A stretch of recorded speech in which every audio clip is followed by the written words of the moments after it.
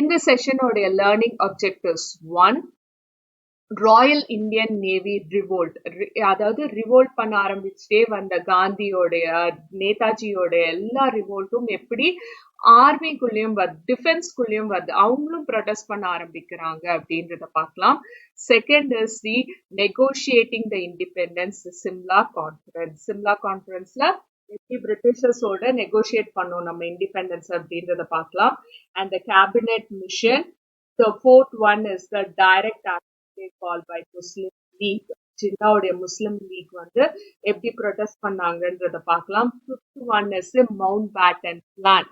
Viceroy Mountbatten அனுப்பிச்சு எப்படி வந்து இந்தியாவுக்கு டிரான்ஸ்ஃபர் பண்றது பவர் அப்படின்றதையும் டீட்டெயில்டா டிஸ்கஸ் பண்ணலாம். Sixth one is the independence and the partition. எப்படி இந்தியா வந்து ரெண்டா பிரியுது, இந்தியா அண்ட் பாகிஸ்தானா, அண்ட் எப்படி நமக்கு அட்லாஸ்ட் கடைசியில இண்டிபெண்டன்ஸ் கிடைச்சது அப்படின்றதும் டீட்டெயில்டா டிஸ்கஸ் பண்ணலாம்.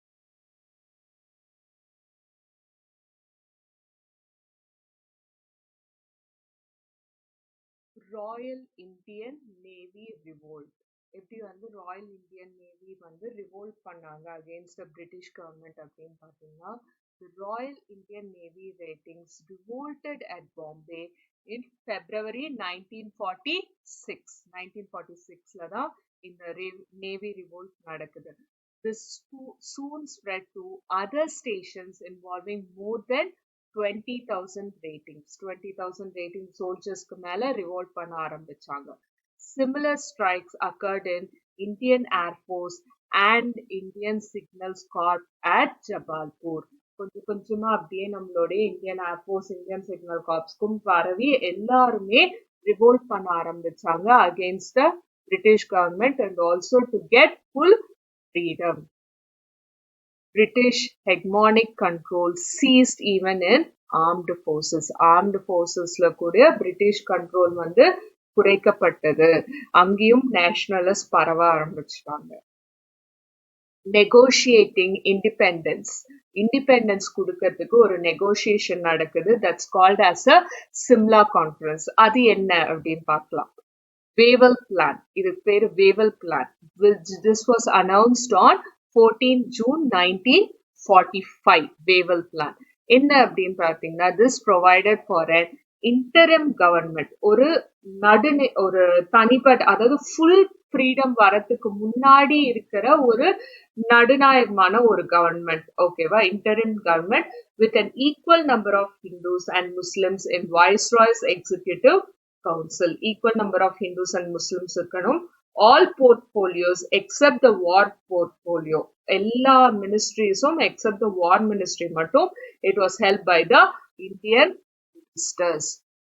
Simla conference என்னன்னா, Congress and Muslim League could not come to an agreement. Congress and Muslim League வந்து they could not come to an agreement. Why அப்படின்னு பார்த்தீங்கன்னா, Jinnah demanded that all Muslim members should be from Muslim League and they should have a veto in all important matters.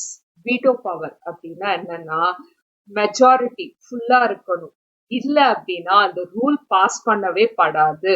யார் வேணாலும் இந்த veto முஸ்லிம் members யார் வேணாலும் இந்த veto பவரை use பண்ணி அந்த ரூலை பாஸ் பண்ணாமையே தடுத்துடலாம். இந்த மாதிரியான ஒரு வீட்டோ பவரையும் டிமாண்ட் பண்றாரு. பிளஸ் என்ன டிமாண்ட் பண்றாரு, எல்லா முஸ்லிம் மெம்பர்ஸும் முஸ்லிம் லீக்ல தான் இருக்கணும். காங்கிரஸ்ல இருந்து இப்போ ஒரு சில முஸ்லிம் மெம்பர்ஸ் வராங்கன்னா அவங்க அதுல இருக்கக்கூடாது அந்த மினிஸ்ட்ரியில அப்படின்றதும் ஜின்னா டிமாண்ட் பண்றாரு. Provincial elections was held in early 1946. Congress won most of the general seats and Muslim League won most of the seats reserved for Muslims, thus bolstering its claim.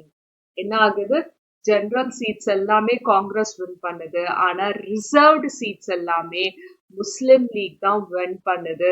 ஜின்னாவோட டிமாண்ட உண்மையாக்குற மாதிரி. Cabinet mission. Cabinet mission என்னதுன்னு பார்த்தீங்கன்னா, in Britain, the Labour Party had won a landslide victory and Clement Attlee, the Prime Minister, was made.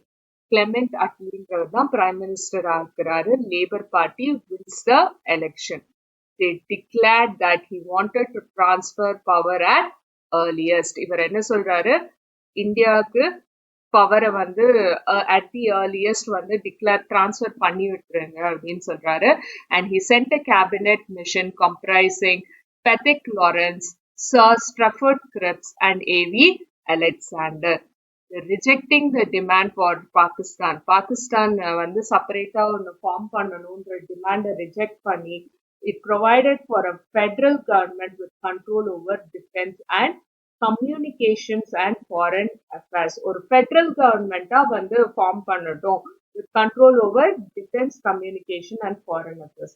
Provinces பாத்தீங்கன்னா was divided into three groups that were non-Muslim majority provinces, Muslim majority provinces in northwest and Muslim majority provinces in northeast. மூணு provinces groups divide பண்றாங்க. ஒன்னு வந்து non-Muslim majority provinces, இன்னொன்னு வந்து Muslim majority provinces in northwest side, west sideல, and Muslim majority provinces in northeast. இந்த மாதிரி split ஆகுது. இதுதான் இந்தியா மேப் இல்லையா? இதுல வந்து இந்த ஒன் இருக்கு இல்லையா, இது எல்லாமே நான் முஸ்லிம் மெஜாரிட்டி ப்ரொவின்சஸ். இது நார்த் வெஸ்ட் உடைய Muslim majority provinces and this one is the Muslim majority provinces of the north east. இப்படி ஸ்பிளிட் பண்ணா படுது. ஆனா constituent assembly pre-elected and interim government set up with representation for all communities. Constituent assemblyல வந்து எல்லாரையுமே represent பண்ற மாதிரி, எல்லா கம்யூனிட்டிஸும் represent பண்ண மாதிரி தான் interim government was set up. Congress and Muslim League accepted the plan. However, both interpreted it differently. Accept பண்ணிக்கிறாங்க, ஆனா ரெண்டு பேரும் இன்டர்பிரட் புரிஞ்சுக்கிற விதம் டிஃப்ரெண்டா புரிஞ்சுக்கிறாங்க. Direct action day call by the Muslim League. Muslim League என்ன பண்றாங்க, direct action day call பண்றாங்க. Difference between Congress and Muslim League was very great when former nominated a Muslim member. Congress வந்து ஒரு முஸ்லிம் மெம்பரை நாமினேட் பண்ண உடனே பயங்கர பெரிய டிஃபரன்ஸ் ஸ்டார்ட் ஆகுது between the Congress and the Muslim League. Muslim League argued that a sole representative of Muslims and withdraw its approval.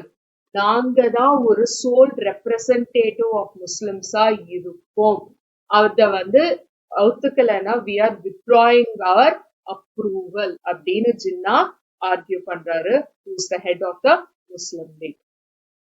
Jinnah declared 16th August 1946 as the Direct Action Day. Hurtals and demonstration took place which soon turned into a Hindu-Muslim conflict. நிறைய demonstration protests எல்லாம் நடக்குது which soon turned into a Hindu-Muslim conflict. This spread to other districts of Bengal. பெங்கால்ல பயங்கர பெரிய கலவரமா நடக்குது, other districtsலயும் நடக்குது.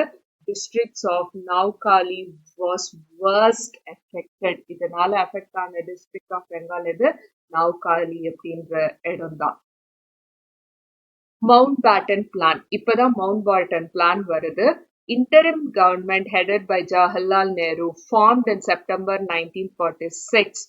After some hesitation with the Muslim League joined it in October 1946. கொஞ்சம் ஒரு ஹெசிடேஷனுக்கு அப்புறமா முஸ்லிம் லீக் ஜாயின் பண்றாங்க in October 1946.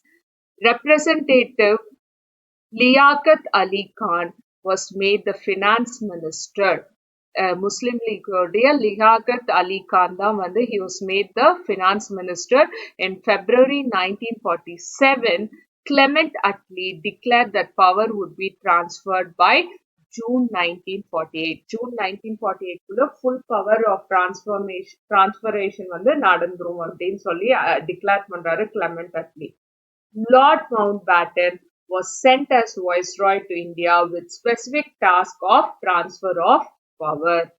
On 3rd June 1947, Mountbatten plan was announced and it proposed, என்னெல்லாம் proposal வந்தது அப்படின்னு பார்த்தீங்கன்னா, power would be transferred on basis of dominion status to India.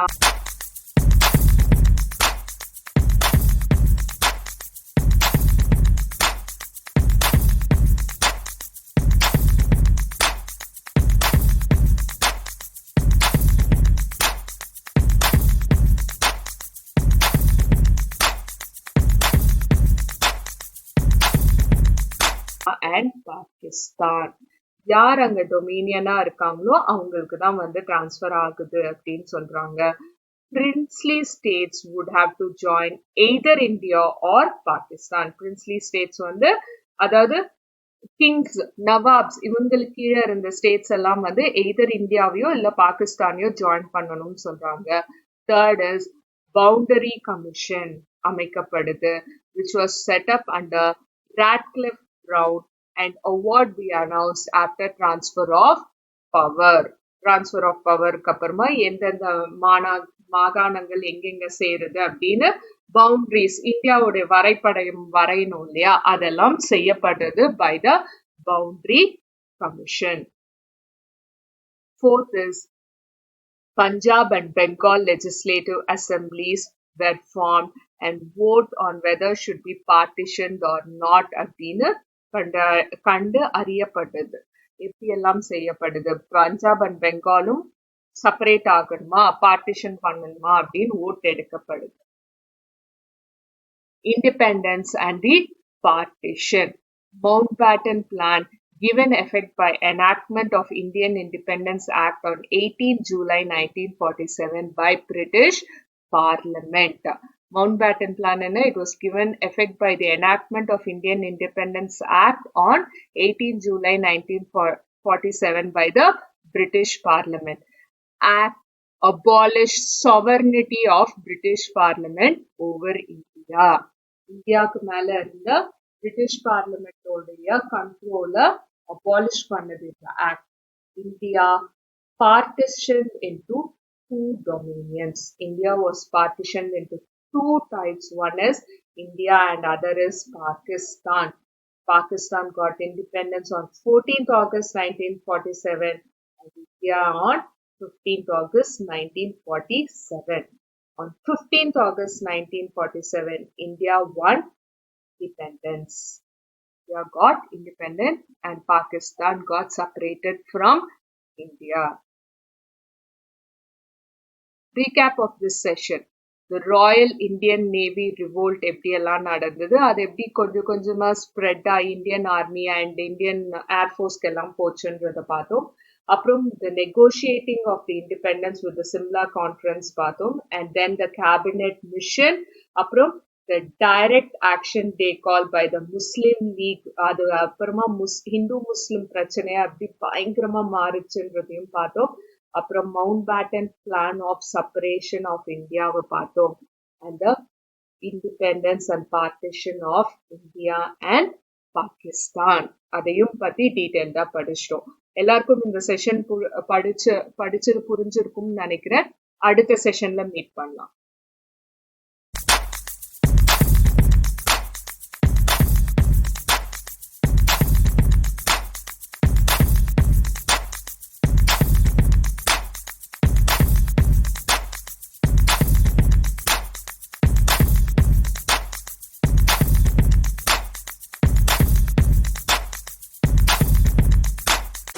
Wow!